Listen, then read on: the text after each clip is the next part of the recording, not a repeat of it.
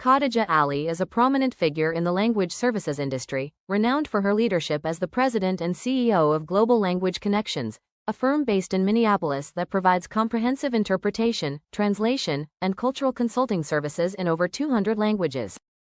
Born in Mogadishu, Somalia, Khadija Ali's journey to the United States was marked by resilience, as she fled the civil war with her family, ultimately resettling in 1996. These early experiences with language barriers in healthcare motivated her to dedicate her career to bridging linguistic and cultural divides. Over the course of 13 years, she has successfully founded and led 2 companies, with her first venture engaging over 900 interpreters across more than 100 languages. Her second company, Global Language Connections, continues to expand its reach across numerous sectors. This article delves into an interview with Khadija Ali, exploring her insights, motivations, and experiences in her remarkable career. Overcoming challenges and staying motivated. You've overcome profound challenges as a refugee and now lead a multilingual, multicultural enterprise. In challenging times, what keeps you inspired and motivated to move forward? My journey as a refugee taught me how powerful language can be as a tool of inclusion and, unfortunately, also exclusion. Knowing that my business and work can help people gain access to education and healthcare is inspiring and continues to motivate me. The exciting future of language services. You've talked about staying informed through reading and leadership circles. What current trend or shift in healthcare, education, or immigration policy most excites you right now? I'm particularly excited about the continued innovation in technology and how it's transforming healthcare access. Recently, we've seen new tools like telehealth and remote services and the impact they've already had on healthcare and underserved communities, especially those facing language barriers. I'm eager to see how technology will keep evolving, especially in ways that promote equity, and what new initiatives will emerge to bridge long-standing gaps in care. Addressing language access challenges. What are some of the most complex or persistent challenges you're seeing in language access today, especially those impacting marginalized communities? Communication is essential for every community.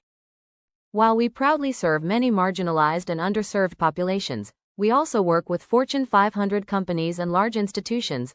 Language access is a universal need.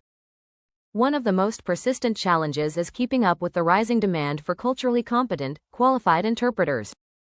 As awareness around language services grows, so does the need for sustainable systems, funding, and training, especially in sectors like healthcare, education, and public services where communication can be so crucial.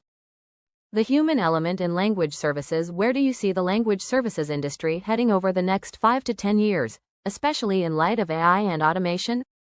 I believe that there's so much more to language services than simply converting words from one language to another. Even as AI and automation advance, human linguists will remain essential, especially for context, localization, and cultural competency.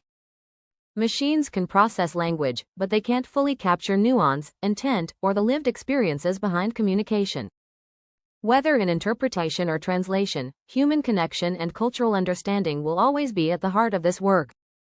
Advice for aspiring community-centered entrepreneurs. For young refugees or first-generation professionals interested in building community-centered businesses, what advice would you give them today? Don't limit yourself, go for it. Your lived experience gives you a unique perspective and resilience that can't be taught. Surround yourself with mentors, stay curious, and stay connected to your community. The challenges may be real, but so are the opportunities to lead with purpose and make a lasting impact. Reflections on starting and growing a business. You've shared that you initially started offering language services as a hobby. If you were to begin your journey again, is there anything you would approach differently? I love what I do. Looking back, I believe that when you know better, you do better, but I wouldn't change my experience. Every challenge I faced shaped me into a stronger leader. It taught me empathy, caution, and the value of staying open-minded. I think those lessons have helped me grow deeper into my work and lead with greater purpose. The role of Minneapolis in personal and professional life. Minneapolis has been both your home and a hub for your work. What makes it a meaningful place to live and lead? I never actually planned to move to Minneapolis, but I started college here, got married, and had my children here. While it wasn't part of my original plan, I ultimately fell in love with the community, the schools, and everything the city has to offer. Now, Minneapolis is the place I've called home longer than anywhere else, and it's where I've built both my family and my work. Achievements and professional milestones, from founding 2 companies to advising major boards. What single initiative or project stands out as your proudest professional milestone, and why? For me, it's not just the work I've done in the public eye or large milestones, it's the behind-the-scenes work that means the most. Being a support system for my community, whether by creating jobs, mentoring others, or helping people build confidence in their careers, is what I'm most proud of.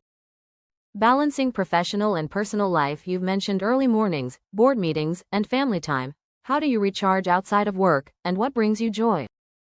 I would say my family, my faith, and the gift of having amazing friends. Spending time with the people who matter most, whether it's quiet moments with family or catching up with close friends, is what truly helps me recharge. Guiding principles and inspirations. Is there a quote or belief you return to when faced with uncertainty or decision-making crossroads? When I face uncertainty or tough decisions, I remind myself of Maya Angelou's words: do the best you can until you know better. Then when you know better, do better. This inspires me to keep learning, stay humble, and continuously improve, knowing that growth comes with experience and reflection. Future aspirations and global influence. Looking to the future, how do you envision Global Language Connections expanding its impact on a global scale? As we continue to grow, my goal is to broaden our reach internationally, forging partnerships with global institutions and leveraging cutting-edge technology to enhance our services. It's important that we maintain the integrity and quality of our work while expanding, ensuring that every client feels valued and understood, no matter where they are in the world. Vision for the next generation. What vision do you have for the next generation of leaders in the language services industry? I envision a new wave of leaders who are not only adept at using technology but also deeply empathetic and culturally aware. This combination will be vital for navigating the complexities of our increasingly interconnected world. I hope to see a generation that values collaboration, access to education, and the dismantling of language barriers as fundamental rights for all communities. Khadija Ali's remarkable journey from a refugee to a prominent leader in the language services industry is a testament to her resilience and dedication to fostering inclusive communities. Her vision for the future continues to inspire both her peers and the next generation of leaders.